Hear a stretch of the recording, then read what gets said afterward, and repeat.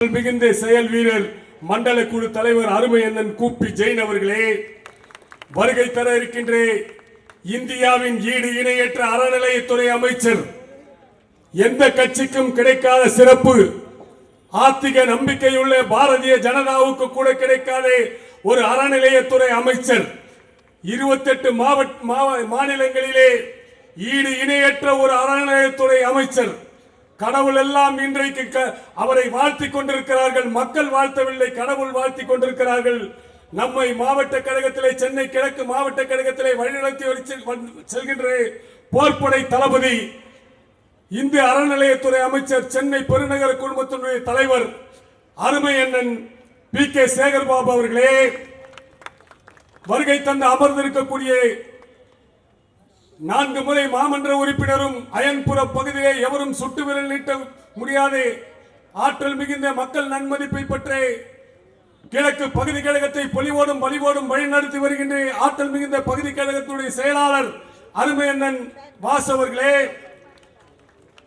வருகை தந்து புகழரங்கத்தை துவக்கி வைக்க இருக்கின்ற திராவிடர் கழகத்தினுடைய தலைவர், நம்முடைய பெரியாரனுடைய வழிகாட்டி, இப்போது நம்மைக்கெல்லாம் வழிகாட்டியாக தளபதிக்கு போர்ப்படைவாளாக 90 வயதை கடந்தும் தமிழ்நாட்டுக்காக இரவு பகலாக சனாதானத்தை எதிர்த்து இந்தியா முழுவதும் அல்ல, தமிழகம் முழுவதும் அல்ல, உலகெங்கும் உரையாற்றி வருகின்ற அருமை அண்ணன் ஆசிரியர் ஐயா கி வீரமணி அவர்களே, வருகை தந்து அமர்ந்திருக்கின்ற கருத்தரங்கமா பட்டிமன்றமா அவருடைய எந்த சேனல்ல திருப்பிக் கொண்டே இருக்கும் தாய்மார்களின் உள்ளம் கவர்ந்தே, இளைஞர்களின் உள்ளம் கவர்ந்தே அருமை ஐயா பேராசிரியர் கு ஞானசம்பந்தன் அவர்களே, சிறந்த கவிஞர், இளைஞர்களுக்கு ஒரு நல்ல வழிகாட்டியாக இருக்கக்கூடிய கவிஞர் அண்ணன் சினேகன் அவர்களே,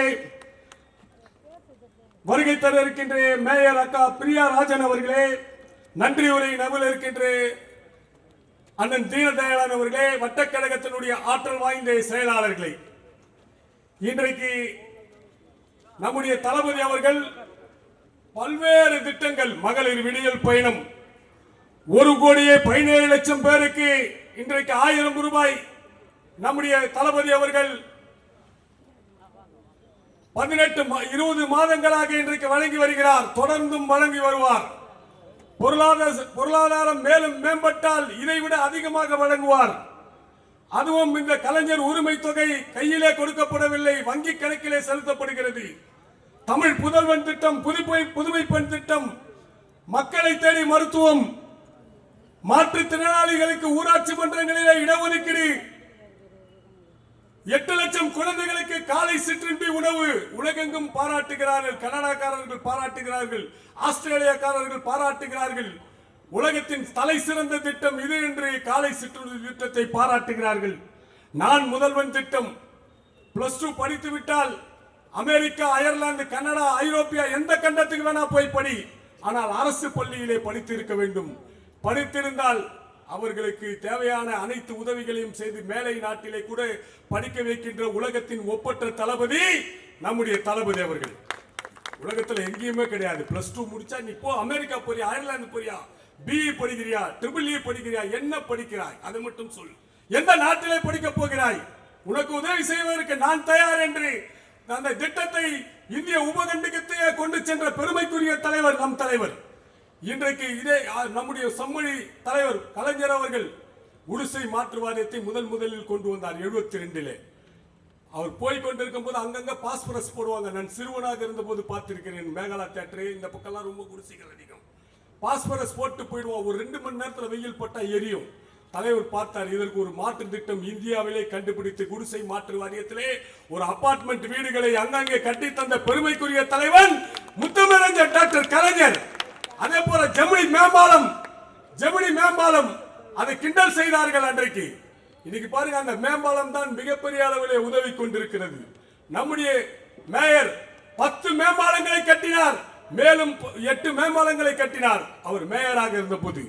இன்றைக்கு அந்த மேம்பாலங்கள் தான் சென்னையை பாதுகாத்து வருகின்றன. ஒவ்வொரு திட்டமும் இந்தியாவிலேயே இலவச மின்சாரம் எந்த மாநிலத்திலும் கிடையாது. இலவச மின்சாரம் தமிழகத்திலே தான் முதலாக துவக்கப்பட்டது. இன்றைக்கு இந்தியாவிலே பல மாநிலங்களில் இருக்கிறது. ஒவ்வொரு திட்டமும் பார்த்து பார்த்து வள்ளுவர் கோட்டம், மக்களுடைய வரலாறு தெரிந்து கொள்ள வேண்டுமா பூம்புகார், இப்படி கலைத்துறையா மக்களுடைய தொழில்துறையா எல்லாவற்றிலும் டெகல்கா திட்டம் மூலம் இன்றைக்கு மறைந்த முரசொலி மாறன் அவர்கள் உலகெங்கும் சுற்றி பல தொழிற்சாலைகளை அமைப்பதற்கு காரணமாக இருந்தவர் அண்ணன் முரசொலி மாறன் அவர்கள். கலைஞர் செய்யாத திட்டங்கள் கிடையாது. பன்மொழி தலைவன், திரைப்பட துறையா அவர்தான் ஜாம்பவான், பாடலா அவர்தான் ஜாம்பவான், வசனமா அவர்தான் ஜாம்பவான். அவருக்கு தான் இன்றைக்கு விழா எடுத்துக் கொண்டிருக்கிறோம். பன்முக தலைவன் முத்தமிழறிஞர் உலகத்தில் டாக்டர் கலைஞர் 80 ஆண்டு பொதுவாழ்வுக்கு சொந்தக்காரர், 50 ஆண்டு காலம் சட்டமன்ற கட்சி தலைவராக இருந்தார், 5 முறை தமிழகத்தை ஆண்டவர். இன்றைக்கு அவருக்கு நிகராக இந்தியாவில் எந்த அரசியல் தலைவரும் இல்லை. உங்களுக்கு ஒன்றை முக்கியமாக சொல்ல விரும்புகிறேன். நம்முடைய மோடியுடைய அவங்க தாயாருக்கு சோறு போடாத ஒரு மோடி. நம்ம பாத்தீங்களா எப்படி மெலிசா மெலிஞ்சு, தாயை கூட பார்க்கறது கிடையாது. அந்த அம்மா இப்பதான் ஒரு 2 வருஷம் முன்னாடி 1.5 வருஷம் முன்னாடி இறந்தாங்க. யாராவது நாம கூட இந்து தான். அந்த தாய் இறந்துட்டா அந்த சடங்கெல்லாம் செஞ்ச பையன் மகன் வரக்கூடாது.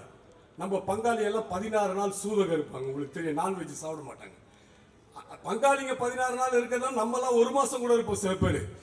அந்த கட்டிய மனைவியோ இல்லைன்னா புருஷன் செத்துட்டாலோ அது மிகப்பெரிய ஒரு சடங்கா நாம செய்வோம். இவர் அந்த பாராளுமன்றத்திலே தீட்டு வந்துச்சு. நான் சொல்றது கோச்சுக்காரங்க. அம்மாவை எடுத்து போட்டு 6 மணி நேரத்தில் அங்க வராரு. பாராளுமன்றத்தில் வந்து கோப்பு பார்க்கிறாரு. என்ன அவசியம்? இந்த நாட்டு மக்கள் மோடி இரவு பகலாக உழைத்து 15 லட்சம் வங்கி கணக்கில் போட்டார் என்று பெருமைப்படுகிறார்களா? இல்லை தேவையில்லாதவர்களாம் ஜிஎஸ்டி போட்டதை குறைப்பதற்காக அம்மா இருந்தவுடன் அந்த பட்டியலை பார்த்து அதற்காக கையெழுத்து போடுவதற்கு நாடாளுமன்றத்துக்கு வந்தாரா? அந்த அறையில உட்கார்ந்து பணியாற்றினார் என்று அண்ணாமலை சொல்கிறார். அட கேடு கெட்டவர்களே, இந்து சமூகத்தில் தானே நீங்கள் பிறந்தீர்கள். அதே மாதிரி கொரோனாக்கு என்ன சொன்னார்? கொரோனா போயிடும். இவர் பெரிய அறிஞர், இவர் பெரிய டாக்டர், இவர் பெரிய கடவுள். கடவுள் கூட சொல்லிட்டானுங்க. உலகத்திலே கடவுள் இவர் தான் தானுங்க, அதையும் சொல்லிட்டானுங்க. அந்த பாறையில போய் தியானம் பண்ணாரு கன்னியாகுமரியில. எவ்வளவு பெரிய ஃப்ராடு பாருங்க.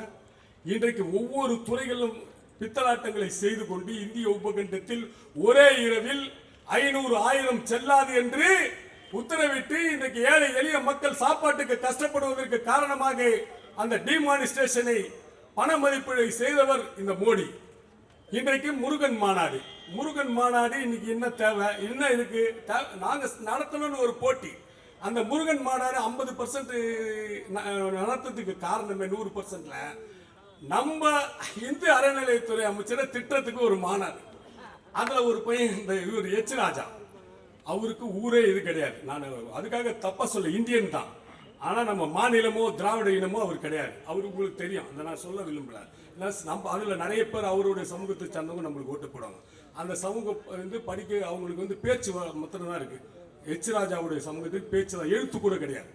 இன்றைக்கு 5000 ஆண்டுகளுக்கு மேலான ஒரு சமூகம் என்றால் 5000 இல்லை, இன்னும் ஜாஸ்தி இருக்கும். கீழடியிலே அந்த இரும்பு கிடைத்தது 5000 ஆண்டுகளுக்கு. அதுதான் தளபதி சொன்னார்.